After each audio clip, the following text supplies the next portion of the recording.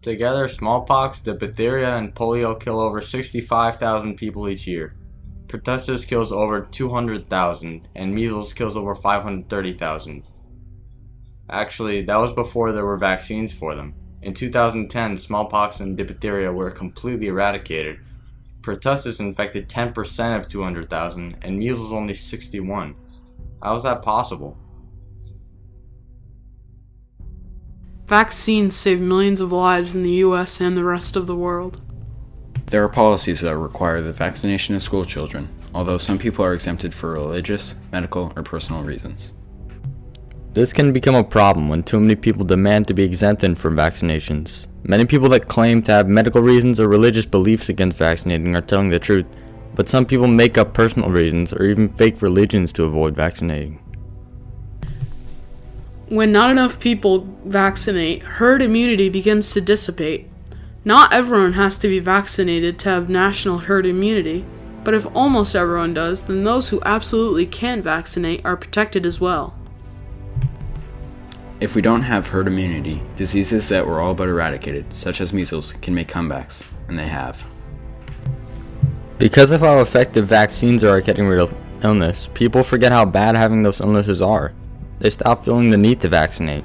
This happened recently when measles cases in the US rose from less than 50 in 2010 to over 600 in 2014, as many people stopped vaccinating in California.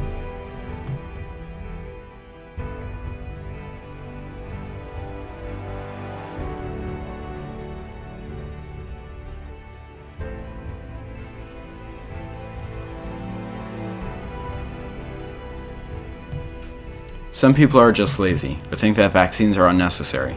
Some people believe that the body should learn to fight illnesses without the aid of a vaccine. Most issue comes from groups that insist that vaccines cause autism.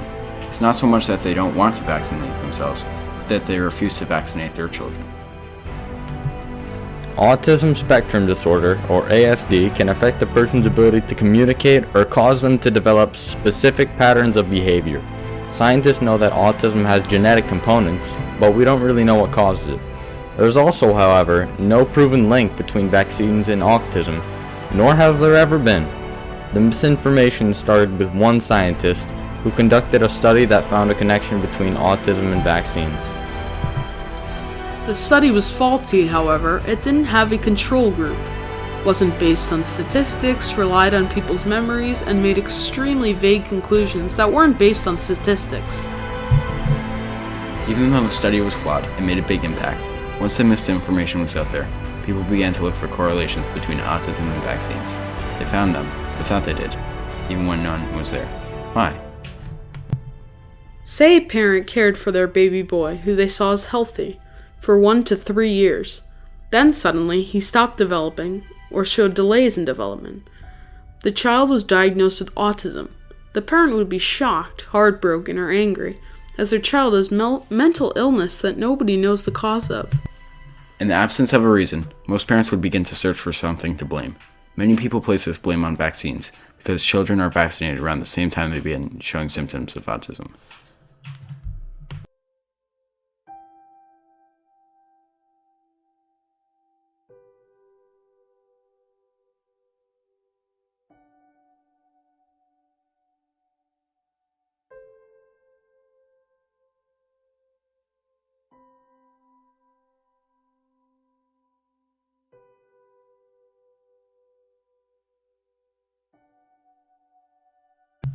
The ignorance only spreads with the internet and other platforms, as confused and angry parents of autistic children research vaccines and autism.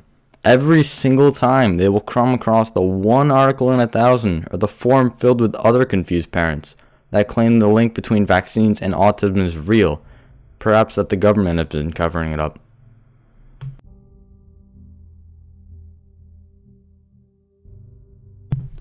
It doesn't matter how little of this information exists compared to the scientifically backed evidence.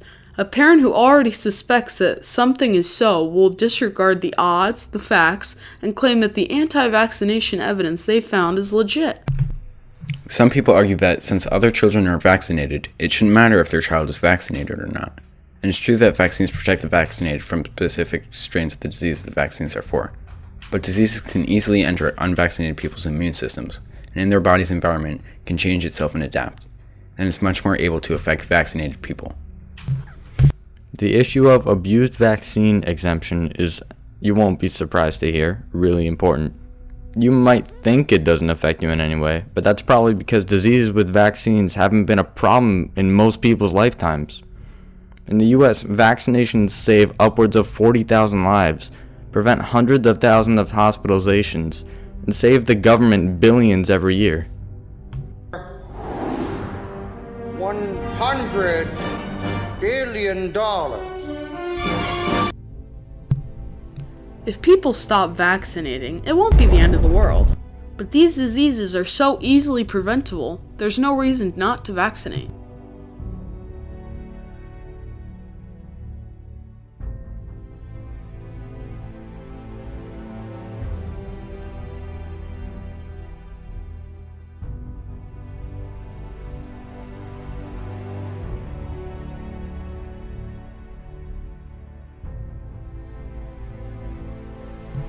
All states have laws that require people to take some many vaccines, and it varies by state.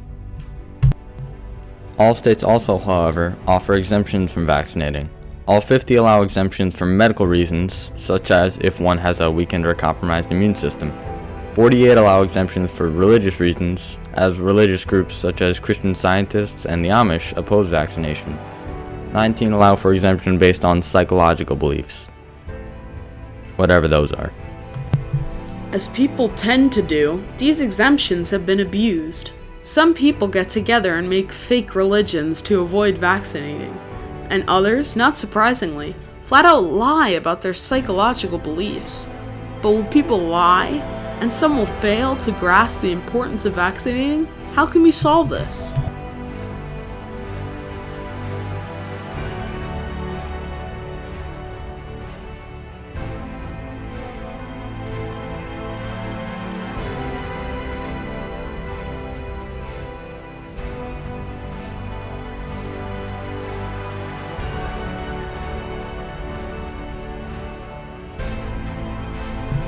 The best way to prevent abusive vaccination exemptions is to simply remove them.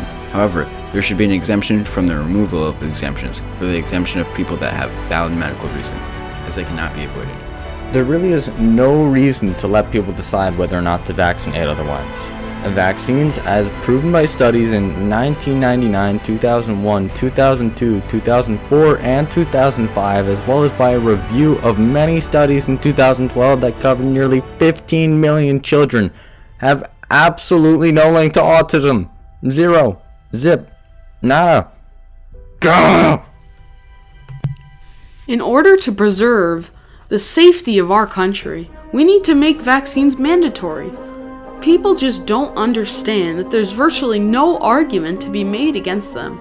So for their protection and for the protection of others, we need to require them to vaccinate their children. We need to educate them so that they know that there are virtually no downsides to vaccinating and that they hurt others greatly when they refuse. That way, we can finally actually eradicate these diseases and move on to bigger issues.